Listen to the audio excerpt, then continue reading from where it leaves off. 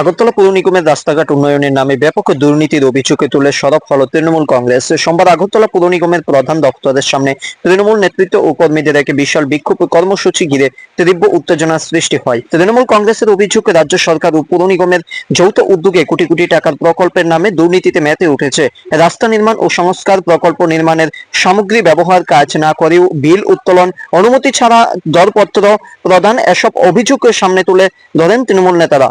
বিক্ষোভে উপস্থিত তৃণমূল কংগ্রেসের নেতৃবৃন্দ বলেন, আগরতলা শহরের রাস্তাঘাটের অবস্থা চোখে দেখা যায় না। কোথাও নোংরা ড্রেন, কোথাও গর্তে ভরা রাস্তা, অথচ সরকারি কাগজে সবই নাকি উন্নয়ন সম্পূর্ণ। এটা এক প্রকার লুটত্ব রাজ চলছে। অন্যদিকে আমরা এর পূর্ণ তদন্ত চাই এবং দোষীদের বিরুদ্ধে কঠোর ব্যবস্থা দাবি করছি। তৃণমূল নেতৃত্বের দাবি, শুধু রাস্তাঘাটই নয়, পৌর নিগমের বিভিন্ন বিভাগেও চলছে স্বজন পোষণ ও ঘুষ বাণিজ্য। তাদের বক্তব্য, সাধারণ নাগরিকের পরিষেবা থেকে বঞ্চিত হচ্ছে, অথচ শাসক দলের ঘনিষ্ঠ ঠিকাদারদের পকেট ভরছে। এদিনের বিক্ষোভ নিয়ে নেতৃত্ব কি জানাচ্ছে শুনুন। কি কারণ আপনাদের বিক্ষোভ? আজকে আমাদের রাজ্যে যে ত্রিবল ইঞ্জিনের যে পৌর নিগম, সেই পৌর নিগম আজকে আগরতলা শহরের আপনারা প্রত্যেকটি রাস্তাঘাটের অবস্থা দেখুন, বেহাল অবস্থা। পানীয় জল ঠিকভাবে রাজ্যের জনগণ পানীয় জল, সুষ্ঠু পানীয় জল পাচ্ছে না, এবং প্রত্যেকটি জায়গাতে অলিতে গলিতে প্রত্যেকটি জায়গাতে ড্রেনের অবস্থা খুব বেহাল অবস্থা। কিন্তু ত্রিবল ইঞ্জিনের পৌর নিগম রাতে ঘুমাচ্ছে এবং দিনেও ঘুমাচ্ছে।